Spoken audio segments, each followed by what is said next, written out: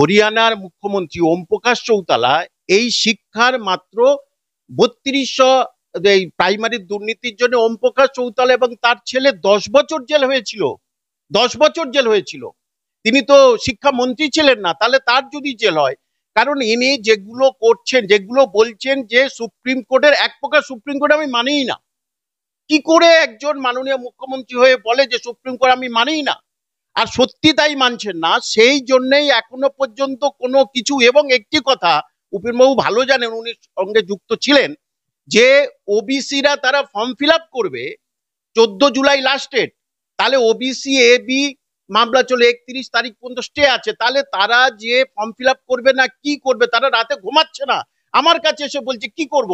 এটা তো একটা ডিক্লারেশন দিতে হবে যে আমরা ফর্ম ফিল আপ করবো, তাহলে আমাদের তো যা হোক একটা সান্ত্বনা দিতে হবে, আমরা কি করব, তাহলে এটা বলবেটা কে? এইটা বলতে গেলেই আমি অপরাধী হয়ে যাচ্ছি। ঠিক যে যে রাজ্যে এত দুর্নীতি হচ্ছে তার দায়বদ্ধতাটা দেখুন, অ্যাকাউন্টেবিলিটি আর সেখানে রেসপন্সিবিলিটি দুটো জিনিস। একটা আছে অ্যাকাউন্টেবিলিটি, দায়বদ্ধতা। তো দায়বদ্ধতাটা তো তার এখন আমি কিছু জানি না, এস্টো যা করছে তার জন্য দায়বদ্ধ নেই না, ওটা তো বললে হবে না। তো তাহলে কি দাঁড়াচ্ছে, যে আমরা এমন একটা রাজ্যে আজকে এসেছি, আমাদের কনস্টিটিউশন এখন মোটামুটি বাদ দিলেই ওটাকে জলের মধ্যে ফেলে দিয়ে রাখলেই ভালো হয়। সংবিধান তো মানছে না, কেন? আপনি যদি সুপ্রিম কোর্টের অর্ডারই না মানেন, তাহলে সংবিধান তো মানছেন না, মানছেন। আর যদি আমাদের সময় কি হতো, যদি কোনো অফিসারের বিরুদ্ধে একটা কোনো কমেন্ট হতো, মানে যখন কোনো রায় দেওয়া হচ্ছে সেখানে দুটো একটা কমেন্ট করে যে এই অফিসার ঠিক পর্যবেক্ষণ করে যে এই অফিসার ঠিক মতো কাজ করেনি, তার চাকরি গেছে, তার চাকরি তখন গেছে। এই রাজ্যে ডেমোক্রেসি ইজ ইন পেরিল, ডেমোক্রেসি এর বিপর্যয় হয়েছে। মানে যেটা হক কথা, সত্যি কথা যদি শিক্ষক হিসাবে না বলি, তাহলে কে বলবে? তাহলে তো আমাদের মেরুদণ্ডই শেষ হয়ে গেল, আমরা তো জাতির মেরুদণ্ড। তো সুতরাং কে, মমতা ব্যানার্জি হোক, যেই হোক, যে কেউ কেউ ভাবলে তো আমার কিছু যায় আসে না। না, প্রশ্ন করার মানে কেন প্রশ্ন করা যাবে না? তিনি তো রাজ্যের প্রশাসনিক প্রধান, তাকে কেন আমরা প্রশ্ন করতে পারবো না? অবশ্যই প্রশ্ন করতে পারি, এটা তো আমাদের সাংবিধানিক অধিকার। তিনি প্রশাসনিক প্রধান, তাকে কেন আমরা প্রশ্ন করব না? যেটা কেন যে এখন যদি আমি একটাই প্রশ্ন, এই সময়টা একটা প্রশ্ন, যে শিক্ষা নিয়ে যে দুর্নীতি, সেটাকে এখনো পর্যন্ত আপনি কেন টেন্টেডদের আলাদা করছেন না? তারা তাহলে ফর্ম ফিল আপ করবে কিভাবে? ফর্ম ফিল আপ করবে তাহলে কোন রাজ্যে আমরা বাস করছি? এটা বললেই আমি অপরাধী হয়ে গেলাম, আমার পিছনে পুলিশ লেলিয়ে দিল। এটা কি করে হয়? সুপ্রিম কোর্ট বলে দিয়েছে, আমরা কারোর কথা বলছি না, সুপ্রিম কোর্টকে মান্যতা দেওয়া একটা নাগরিকের কর্তব্য। আমি একজন নাগরিক, তাহলে আপনি সুপ্রিম কোর্টের রায় অনুযায়ী না মেনে, প্রশাসনিক প্রধান হয়ে আপনি, মুখ্যমন্ত্রী হয়ে না মেনে, আপনি এখনো টেন্টেডদের 12% হারে টাকা ফেরত নিচ্ছেন না, তাদেরকে ফর্ম ফিল আপ করার অধিকার দিয়েছেন, ফর্ম ফিল আপ শুরু হয়ে গেছে।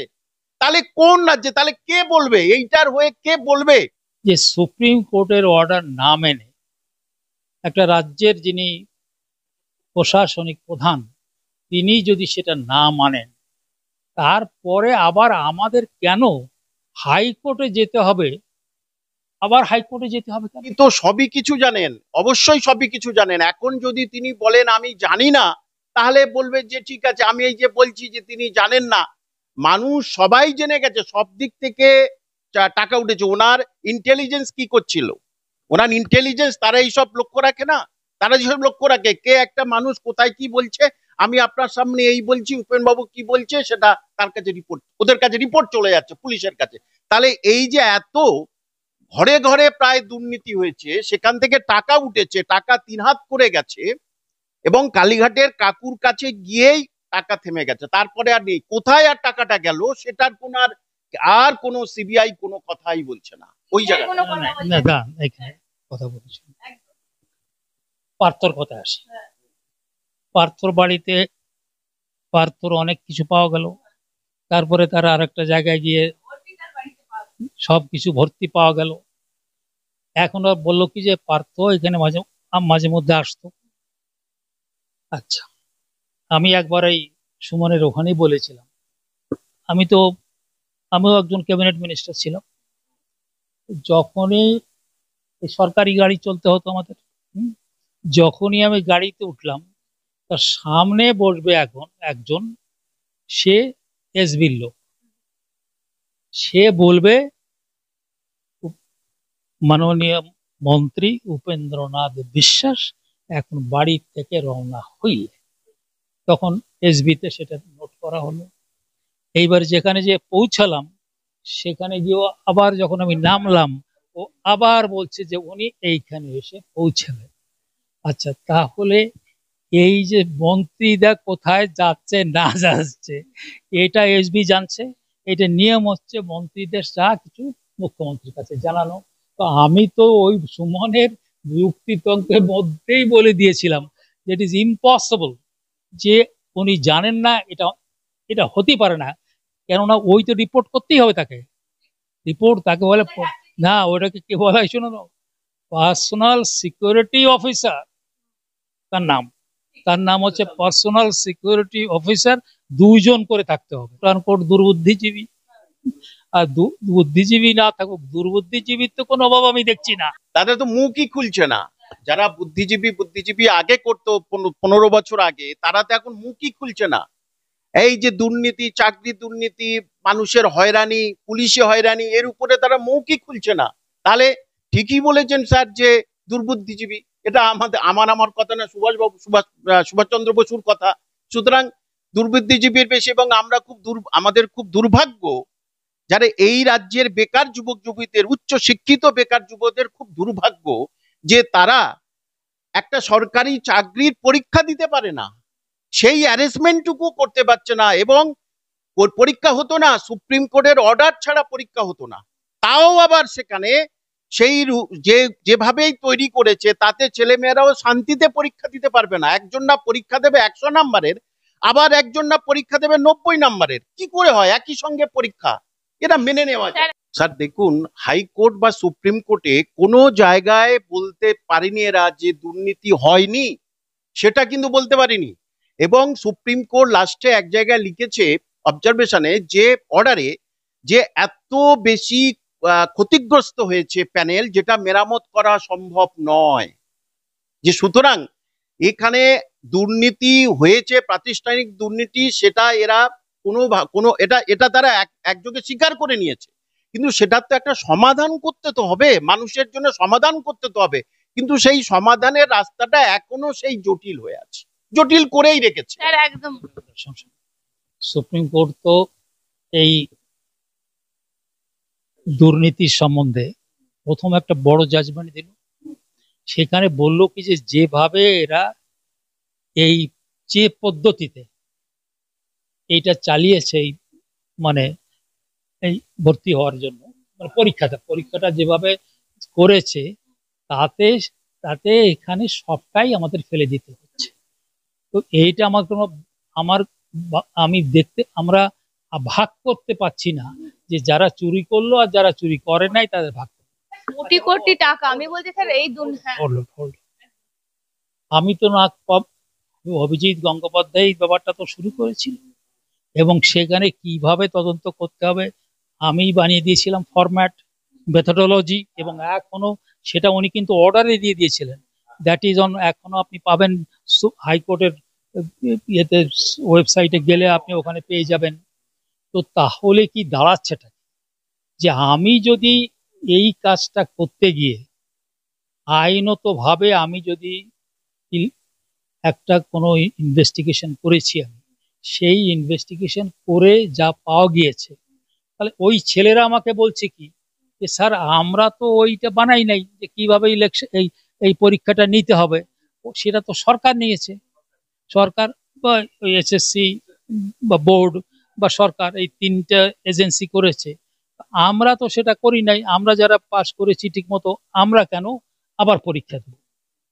কিন্তু এইখানে হচ্ছে বিরাট কমপ্লেক্স, যে সুপ্রিম কোর্টের পক্ষে সম্ভবপর ছিল না এটাকে ভাগ করা, আলাদা করা, কেন পরীক্ষাটাই গোলমাল। সেই জন্যই হাইকোর্ট যা অর্ডার দিয়েছিল সেই অর্ডারই তারা, কিন্তু তার মধ্যে তারা কিছুটা বলেছে যে আমরা ওই 31 ডিসেম্বর পর্যন্ত এটা করলাম। তাহলে এইবার এরা কোথায় যাবে?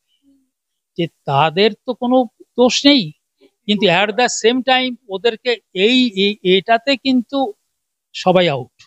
আমি বলছি স্যার, একদম হ্যাঁ, সুপ্রিম কোর্টের অর্ডারে আবার তাকে মানে চাকরি দেওয়া অসম্ভব। কোটি কোটি টাকা উঠেছে আমি বলছি এই এই দুর্নীতিকে কেন্দ্র আমি তো আমার নিজেরই সেই আহ, মাকড়সার জালে আমি তো দেখিয়ে দিয়েছিলাম।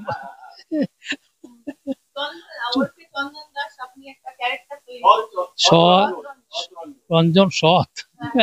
তো আচ্ছা, রঞ্জন সতের তো 3 বছর 4 বছর আগে আমি সেটা দেখিয়েছিলাম, সারা ভারতবর্ষ সেটা সাচার কমিটি যেটা হয়েছিল, তিনি তো বলেছিলেন যে এরাই হচ্ছে বেশি মানুষ, তারা 99% মুসলমানদের, তো তারাই এদেরকে অন্তত শুধু যে খালি ওবিসি কেন হবে, তাদেরকে তো শিডিউল কাস্ট করা উচিত।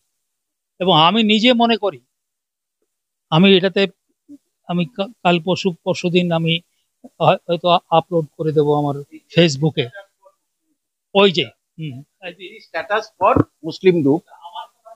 হ্যাঁ, এবং সেই কথাটা সরকার করেনি, কিন্তু এই কথা বলেনি সরকার কোনোদিন, কোন সরকার মানে মানে আগের সরকার বলুন বা এই সরকার বলুন, বা কোন সরকার বলে নাই যে সাচার যা বলেছে সেটা যুক্তিযুক্ত নয়। রাজ্যে যেভাবে একের পর এক দুর্নীতি গ্রাস করছে, একের পর এক দুর্নীতির নিমজ্জিত হচ্ছে রাজ্য, তার যিনি মাথা, যিনি সর্বাধিনায়িকা মমতা বন্দ্যোপাধ্যায়, তিনি কি এর জন্য দায়ী? তিনি কি অ্যারেস্ট হবেন আদৌ শেষ পর্যন্ত? কারণ কেন, যেভাবে রাজ্য একের পর এক দুর্নীতিতে ডুবে যাচ্ছে, রাজ্যে ঘুরে দাঁড়ানোর পথ কিছু মানুষ দেখছে না। ইতিমধ্যেই দেখা যাচ্ছে যারা প্রতিবাদ করছেন, যারা কথা বলছেন, তাদের বিরুদ্ধে মামলা হচ্ছে, কেস হচ্ছে। এমনকি আমরা দেখলাম মমতা বন্দ্যোপাধ্যায়কে কে লগে প্রশ্ন করায় সেই ডাক্তার বাবুকে, আপনারা জানেন রজত শুভ্র ব্যানার্জিকে অ্যারেস্ট হতে হলো, তার জামা কাপড় ছিঁড়ে নেওয়া হলো। কার্যত তাকে বলা হচ্ছে এই মুহূর্তে শাসক দল থেকে তাকে রাজ্য থেকে বের করে দেওয়া উচিত। এই মুহূর্তে রাজ্যে কি এরকমই চলবে? আমার সঙ্গে রয়েছেন সিবিআই কর্তা ডক্টর উপেন বিশ্বাস, আমার সঙ্গে রয়েছেন বিশিষ্ট শিক্ষক কামাল হোসেন স্যার। কথা বলবো দুজনের সাথেই। বলছি স্যার, রাজ্যে যেভাবে আপনি দেখতে পাচ্ছেন পুলিশ আপনাকে অবাধে বিচরণ করতে দিতে চাইছে না, আপনি কোথাও যেতে চাইলে সেখানে আপনি যাবেন কি যাবেন না, সেখানে নাকি ল অ্যান্ড অর্ডার বিঘ্নিত হতে পারে, সেজন্য আটকানো হচ্ছে কার্যত। আমি বলছি স্যার, সম্প্রতি কেলগে মমতা বন্দ্যোপাধ্যায়কে প্রশ্ন করেছিলেন, 2-3টে প্রশ্ন, ন্যায্য প্রশ্ন, তার জন্য দেখা গেল রজত শুভ্র ব্যানার্জিকে অ্যারেস্ট করা হলো। স্যার কিভাবে নিচ্ছেন? আপনি তো প্রাক্তন আইপিএস ছিলেন। দেখুন, সুপ্রিম কোর্ট কদিন আগে, বোধহয় এক মাস হয়নি, সে কাগজটা আমি তোমাকে দিলাম, যে সেটা হচ্ছে পোস্ট পোল ভায়োলেন্স যেটা ছিল, সেই কেস অনেকদিন ধরে চলছে। মানে তাদের ওই যারা অপরাধ করেছিল তাদের একটা কেসের মধ্যে, সেই কেসটাতে তাদের বেল হয়ে গেছিল, তখন সিবিআই সুপ্রিম কোর্টে যায় সেই বেল যাতে রিজেকশন হয়ে যায়, তখন সুপ্রিম কোর্ট ওই বেল রিজেক্ট করে দেয়। ওই বেল রিজেক্ট করার সময় বলছে যে এইখানে আমরা দেখছি যেভাবে ওরা এই কাজটা করলো, সে যার বাড়িতে গেল এবং সে মহিলা, তার স্ত্রী, তার পুরো বিবস্ত্র করলো, এবং তারপরে সে কি করলো, মহিলা ইনস্ট্যান্টলি কি করলো, যে দেখো আমাকে বিবস্ত্র করেছো, এবার যদি কাছে আসো তাহলে আমি কেরোসিন তেল দিয়ে মরবো। তো সেইখানে টোটালি যদি আমি পুরো আমি রিসার্চ করে কাগজ বানিয়ে আমি মাস্টারমশাইকে দিলাম, তোমাকেও দিলাম, সেখানে কি বলা হচ্ছে যে এই রাজ্যে ডেমোক্রেসি ইজ ইন পেরিল, ডেমোক্রেসি এ বিপর্যয় হয়েছে। তো যেখানে ডেমোক্রেসি থাকবে না, আমার আপনার কথা না, সুপ্রিম কোর্ট, আমি এক আধটা না, আমি একদম কোর্ট করে দেখিয়ে দিয়েছি, কেউ বলতে পারবে না যে এটা উপেন বানানো কথাটা না, আমি জানি না, কেননা খুব ঝামেলা আছে। আপনি যদি নিজে নিজে কিছু বলেন তাহলে ঝামেলা হতে হবে। আর একটা কথা হচ্ছে যে আমি যে স্টেজে আমার জীবনে এসেছি, আরো এক কথা তো মানতে হবে যে আমি 10 বছর ওখানে ছিলাম ওদের সাথে, তো আমাকে যদি কিছু বলতে হয় তাহলে ওরা না, কেউ না বলতে পারে যে উপেনদা নিজের মন গড়া বলছে বা একটা পার্টির কথা হয়ে বলছে, আমি কোনো পার্টির মধ্যে নেই। তাহলে যেখানে মাস্টারমশাই, স্যার, আপনার যদি গণতন্ত্র না থাকে, এক সময় বলা হতো বৈশালী পৃথিবীর মধ্যে সবচেয়ে ভালো গণতন্ত্রের মধ্যে এবং আর্লিয়েস্ট মানে প্রাচীন গণতন্ত্রের মধ্যে একজন, ইফ নট অন, মানে নাম্বার ওয়ান না হোক, one of the earliest democracies of the world, remarkable. তো আমরা সেইখানে কি ঘটনা আমি সেটাও বলে দিয়েছি। একবার কি হলো, ওই যে সেখানে কিন্তু রাজা নেই, গণতন্ত্রের রাজা হয় না, তিনি অ্যাডমিনিস্ট্রেশনে আছেন, তাকে আপনি মিনিস্টার বলেন, যাই বলেন।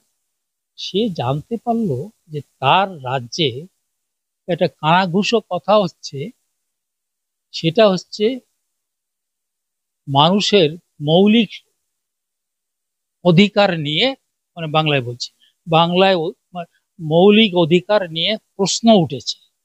মানে কোনো মৌলিক অধিকার ভঙ্গন হয় নাই, এরকম কোনো ইনসিডেন্ট নেই, কিন্তু এই নিয়ে কথাবার্তা হচ্ছে যে মৌলিক অধিকার আছে কি না আছে। ওনার ইন্টেলিজেন্সে খবর এসেছে, উনি কোনো কথাবার্তা না বলে মানে রিজাইন করে উনি জীবনের যে কটা দিন ছিল, এবং উনি খুব ইয়াং অবস্থায় রিজাইন করলেন, উনি একজন কৃষক হয়ে সারা জীবন ধরে উনি থাকলেন। আমাদের ট্র্যাডিশন, এই আমাদের হেরিটেজ অব গণতন্ত্র। আর এখানে আপনি দেখেন কি অবস্থা। অতএব যদি আপনার গণতন্ত্র না থাকে, তাহলে আপনার রাইট, আইন সবকিছুই তো পড়ে গেল। একই সাথে স্যার, আপনি যেভাবে দেখছেন গণতন্ত্র সত্যি ভুলুণ্ঠিত হচ্ছে, আমি বলছি কার্যত কেউ এখানে কথা বলার উপায় নেই। দেখুন, কথা বলার উপায় নেই মানে যেটা হক কথা, সত্যি কথা যদি শিক্ষক হিসাবে না বলি তাহলে কে বলবে? তাহলে তো আমাদের মেরুদণ্ডই শেষ হয়ে গেল, আমরা তো জাতির মেরুদণ্ড। তো সুতরাং কে মমতা ব্যানার্জি হোক, যেই হোক, যে কেউ কেউ ভাবলে তো আমার কিছু যায় আসে না। না, প্রশ্ন করার মানে কেন প্রশ্ন করা যাবে না? তিনি তো রাজ্যের প্রশাসনিক প্রধান, তাকে কেন আমরা প্রশ্ন করতে পারবো না?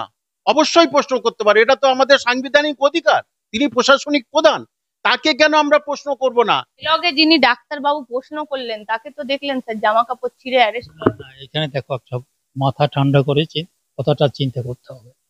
মাস্টারমশাই বললেন যে সুপ্রিম কোর্ট আমাদের কনস্টিটিউশন তারা ব্যাখ্যা করে, সেই ব্যাখ্যা করার অধিকার অন্য লোকের রিসার্চ করার অধিকার আছে, কিন্তু ব্যাখ্যা করে একটা সিদ্ধান্ত দেওয়ার অধিকার একমাত্র সুপ্রিম কোর্টের আছে। অর্থাৎ সুপ্রিম কোর্ট যখন কোনো আদেশ দেবেন, সেই আদেশ আপনার পছন্দ না হতে পারে, আপনি এমনও বলতে পারেন যে এর সঙ্গে আমি একমত নই, কিন্তু আপনাকে সেটা মান্য করতেই হবে। এর মধ্যে কোনো জায়গা মানে আপনার কোনো জায়গা নেই। আচ্ছা, এইবার যদি আপনি নিজে বলেন যে আমি মানি না, এবং শুধু মানি না, শুধু বাস্তবে আপনি কেন, সেখানে সুপ্রিম কোর্ট কি বললো যে যারা এই যে টেন্টেড চুরিচামারি করেছে, এমনকি যারা ওই যে সকল্ড আপনার ওই স্কুলে অ্যাডমিনিস্ট্রেটিভ কাজ করে, এরাও চুরি করেছে, এদেরকে পরীক্ষা বসতে দেওয়া যাবে না। আর এদের কি করতে হবে?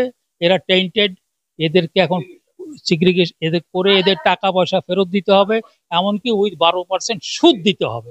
আচ্ছা, এখন আমি বললাম যদি না মানি, আমার কাছে মাস্টারমশাই আর একটা বড় মানে বেদনা, যে সুপ্রিম কোর্টের অর্ডার না মেনে একটা রাজ্যের যিনি প্রশাসনিক প্রধান, তিনি যদি সেটা না মানেন, তারপরে আবার আমাদের কেন হাইকোর্টে যেতে হবে? আবার হাইকোর্টে যেতে হবে কেন? আমার কাছে এটা কিন্তু বোধগম্য নয়। সুপ্রিম কোর্টই ব্যবস্থা কেন ব্যবস্থা নেবে না? আজকে কেন আবার এই যে গতকালকে এতেই রয়েছে যে আবার একটা কেস হয়েছে, কেস কেন হবে? সুপ্রিম কোর্টে ফাইনাল অর্ডার ভার্ডিক্ট দিয়ে দিয়েছে, তারপরে তুমি কি কেস করতে যাচ্ছ? যেরকম যদি তাহলে তো স্যার কন্টেম্প অফ কে না, কেউ যদি কোনো কোনো কোনো কেসে, ধরো মার্ডার কেসে, সেখানে সুপ্রিম কোর্ট দিল এটার মৃত্যুদণ্ড, সেই মৃত্যুদণ্ডের জন্য তুমি প্রেসিডেন্টের কাছে যেতে পারো, আর কোথাও যেতে পারো না। তাহলে আমার কাছে আজকে মাথা আমার ঘুরে যাচ্ছে যে সুপ্রিম কোর্ট বলার পরে আমি যদি কিছু না মানি, আবার তারপরেও আবার যেতে হচ্ছে হাইকোর্টে যে সুপ্রিম কোর্টের কথা মানা হয়নি। আমার কাছে এটা দুর্বোধ্য। সেকেন্ডলি আর একটা কথা আছে, এই যে দুর্নীতি, আমার কথা না, সুপ্রিম কোর্ট কি বলছে যে এই দুর্নীতিটা প্রথমবারে বললো যে সম্পূর্ণ দুর্নীতি, তারপরে কি বললো, প্রাতিষ্ঠানিক কথাটা, যাই হোক ইংরেজিতে অন্য কথা আমরা ইউজ করেছেন, systemic fraud, systemic word quote unquote, systemic fraud, অর্থাৎ জালিয়াতি। তো আমি এত বড় একটা কথা, পুরো প্রথম হচ্ছে যে একটা এখানে এই যে দুর্নীতিটা এত চারিদিকে ঘুরে গেছে, তার ঠিক আছে যদি ধরে নিন যে আমি একজন চিফ মিনিস্টার, আমি চুরি করি না, এই ব্যক্তিগত হবে, কিন্তু আমার না, আমার আমি যেখানে মানে আমি যেখানে রাষ্ট্র অর্গানাইজ মানে রাষ্ট্র প্লাস হচ্ছে যদি আবার আমি যদি আবার, কারণ আফটার অল আমাদের ডেমোক্রেসি, আপনি একটা পার্টির হয়েই এসেছেন, সেই পার্টির লোকেরাই যদি সেখানে ইনভলভ থাকে, তাহলে দায়বদ্ধতাটা আপনার। আমাদের রাজ্যে স্যার, আপনি প্রাক্তন আইপিএস ছিলেন, আমার সঙ্গে স্যারও রয়েছেন, আমি বলছি আমাদের রাজ্যে এই মুহূর্তে পুলিশি ব্যবস্থা একটা চালু হয়েছে, আপনি কি করবেন না করবেন সমস্ত ক্ষেত্রে পুলিশ নিয়ন্ত্রণ একটা চলছে সমস্ত ক্ষেত্রে, স্যার এই বিষয়টাকে আপনি কিভাবে দেখছেন? আবার বলবো আমি, পোস্টমর্টম ইয়েতে ভায়োলেন্সে ওখানে কিন্তু ওই সেই জাজমেন্ট আমার কাছে এখনো রয়েছে। একজন মানে ন্যাশনাল হিউম্যান রাইটস কমিশনের যিনি চেয়ারম্যান, তিনি বললেন কি যে এই রাষ্ট্রে, এই রাজ্যে কোনো রুল অফ ল নেই, এখানে রুলার্স ল আছে। তখন স্টেট গভর্নমেন্ট বলল কি যে এই যে আপনি চিফ জাস্টিসকে বললেন যে এইটা আপনি মানে জাজমেন্ট থেকে কেটে দিন। তখন সুপ্রিম তখন না, উনি বললেন এটা আমার পক্ষে কাটা সম্ভব নয়। তো সেই জায়গায় রুল অফ ল যদি না থাকে, রুলার্স ল না থাকে, তাহলে আমরা যে সমস্ত কথাবার্তা বলছি, যারা শুনছে তারা যদি বলে এগুলো অবান্তর, অবান্তর সত্যি বলছে না, অবান্তর কেউ বলছে না স্যার, যে সবাই বলছে না ঠিক কথাই বলছি, এখানে গণতন্ত্র বিপন্ন স্যার, গণতন্ত্র এই রাজ্যে বিপন্ন কিছু। হ্যাঁ হ্যাঁ হ্যাঁ রাইট, সুপ্রিম কোর্ট এটা বলে দিয়েছে এখানেই। হ্যাঁ, আমার আপনার কারোর কথা নয়, মানুষকে যেন সুপ্রিম কোর্টের ভার্ডিক আছে এখানে, সুতরাং সেইটা নিয়েই তো, তার উপরে ভিত্তি করেই তো আমরা বলছি যে সুতরাং এখানে তাহলে আর কিছুদিন পরে মানুষ কি করবে? রাজ্যে চাকরি বাকরি নেই, রাজ্যে কোনো শিল্প নেই, রাজ্যে বেকার যুবক যুবতীরা তারা উচ্চ মাধ্যমিক তারা বেকার হয়ে ঘুরছে, আর উচ্চ মাধ্যমিক যারা পাশ করেছে তারা কলেজে ভর্তি হওয়ার জন্য মানে উৎসুক হয়ে আছে, তারা ভর্তি হতে পারছে না, কারণ ওবিসি এখনো কেস মেটেনি। আমি বলছি স্যার, যে বিষয়টা এখন উঠছে, যে বিষয়টা নিয়ে এই মুহূর্তে কথা বলছি, আমি বলছি অভিষেক বন্দ্যোপাধ্যায়ের বাড়ি আছে বলে সেখানে বিজেপি নেতারা প্রবেশ করতে পারবে না, যেতে পারবে না। যদি কারো অভিষেক বন্দ্যোপাধ্যায়ের বাড়ির পাশে কারো বাড়ি হয়, তার সঙ্গে যদি আপনার দরকার পড়ে দেখা করতে, আপনি পারবেন?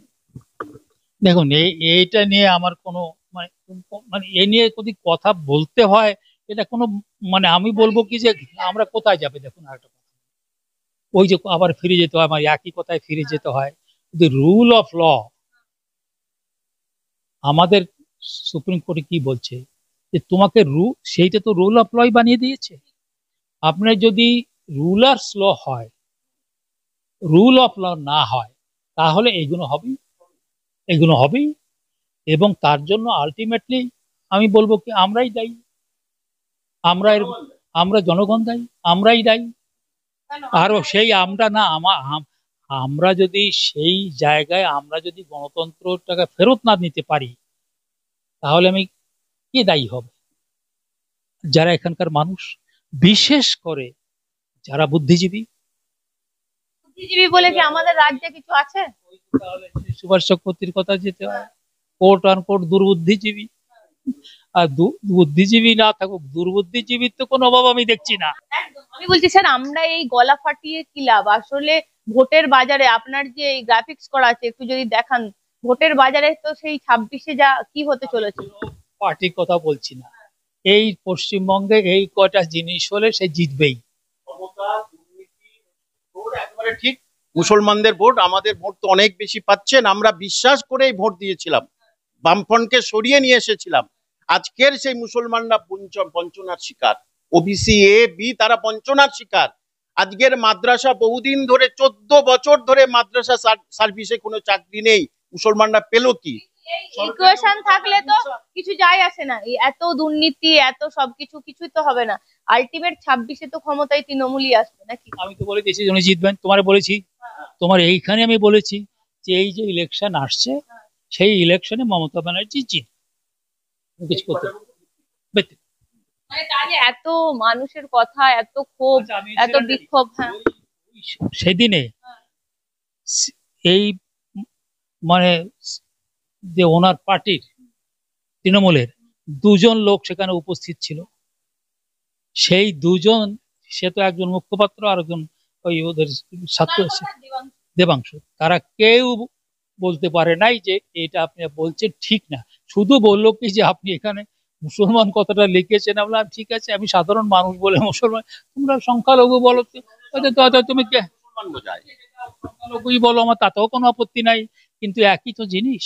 কিন্তু এইবারে বলে দিয়েছি ডাক গুরুগুরি কাম না।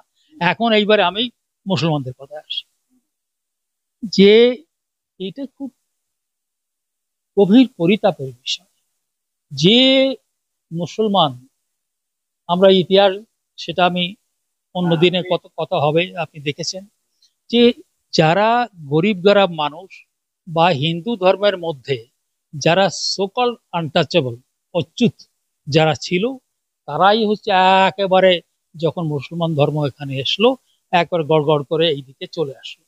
তো এখন 100% মুসলমানদের মধ্যে 99% মুসলমান হচ্ছে সেইখানকার থেকে আসা, এবং সেই জন্যই হচ্ছে এই ইতিমধ্যে আমি বলছি, দুর্নীতি যতই হোক, যেভাবে দেখা যাচ্ছে এগোচ্ছে শাসক দল, পুলিশ স্টেট কার্যত, তো মনে হচ্ছে স্যার এটা পুলিশ স্টেট হতে চলেছে। পুলিশ পুলিশ স্টেট কিছু না, তার থেকে তো বড় কথা তো ডেমোক্রেসি নেই। ডেমোক্রেসি যেখানে নেই, যে পুলিশ মানুষের কোনো ইরিলেভেন্ট। বললাম না, ডেমোক্রেসি ডুগরে ডুগরে কাঁপছে, যে আমাদের কি হবে, পশ্চিমবঙ্গে আমাদের কি হবে। কেউ স্বাধীনভাবে কথা বললে তার উপরে হস্তক্ষেপ, তার বাড়িতে চিঠি, হ্যাঁ ব্যক্তিগতভাবে আমার বাড়িতে চিঠি গেছে, আমি দেখেছি, আইবির কাছেও পাঠিয়েছি, ব্যক্তিগতভাবে বাড়িতে চিঠি গেছে। মানে কেন এইসব নিয়ে বলবো, কেন মুসলমানদের হয়ে বলবো? আর সবার জন্য, আমি একজন মাস্টারমশাই, আমি হিন্দু নয় মুসলমান, সবাই আমার স্টুডেন্ট। আমি প্রথম মানুষ, আমি প্রথম ভারতবাসী, তারপরে বাঙালি, তারপরে আমি একজন মুসলমান। তাহলে কেন আমি সবার জন্য বলবো না? এই জিনিসটা আসলে ওই যে মুসলমান মুসলমান ভোট, এটা একটা বিরাট মানে একটা ফ্যাক্টর কাজ করে না মুসলমান। কিন্তু মুসলমানরা যে কি পাচ্ছে, বুম নিয়ে একবার মুসলিম এলাকায় যাবেন, তারা চোখের জল ছাড়া কিছু বলবে না। খুব দুঃখের বিষয় যে আমরা যখন, আমি তো অল ইন্ডিয়া সার্ভিসের লোক, ফলে হয়েছে কি আর একটা সমস্যা হয়েছে আমার, যে আমি আইপিএস লোক, এইখানে যে কথাবার্তা হয় আমি দেখি সবই ওয়েস্ট বেঙ্গল নিয়ে। মানে আমরা এই ঘোরতলের মধ্যে আমরা ঘুরছি। আমরা যদি পুরো দৃষ্টিভঙ্গি থেকে না দেখি যে কারা এই মুসলমানদের আমরা ব্যবহার করছি, আনফর্চুনেটলি মারামারি তাদের দিয়ে করাচ্ছি, চুরিচামারি তাদের দিয়ে করাচ্ছি, লড়াই তারা করছে, মরছে তারা বেশি, নিজেদের মধ্যেও বেশি মরছে, অন্য লোককে দুটো একটা মারছে। এই অবস্থায় তাদের আমরা নিয়ে এসেছি। তার এই আমি ভবিষ্যৎ দেখছি কি, যে এই লোকগুলো তারা এখান থেকে বেরোবে কি করে। তো সেইখানে আমার একটা প্রার্থনা তোমার মাধ্যমে বলছি, যে মুসলিমদের মধ্যে যারা লেখাপড়া জানা লোক, এবং যারা, আমি বলবো না যে এখানে কেউ তাদের মধ্যে রাজনীতি বোঝে না, এটা সব বলাটা খুবই খারাপ কথা, তাদের এখন এই জায়গার নেতৃত্ব দিতে হবে, তাদের এই মানুষগুলোকে এখান থেকে বার করে আনতে হবে, বার করে এনে তারপরে তুমি কারে ভোট দেবা না দেবা তারপরে নির্ভর করবে তুমি কি কাজ করেছো। অতএব দায়িত্বটা আলটিমেটলি আমি বলবো কি, মুসলমান যারা নেতৃত্ব, মুসলমান যারা বুদ্ধিজীবী জন, তাদের কাছে তারা যদি সামনে না আসে, তোমার এই কায়েত ভবন বদ্যিরা, এই কি বলে কাস্ট ক্লাব লোক, এখানে শুনে নাও, এটাও আমি কোট কোট আনকোট করছি, কাস্ট ক্লাব, এই কাস্ট ক্লাব তোমার এই কাজটা করে দেবে না।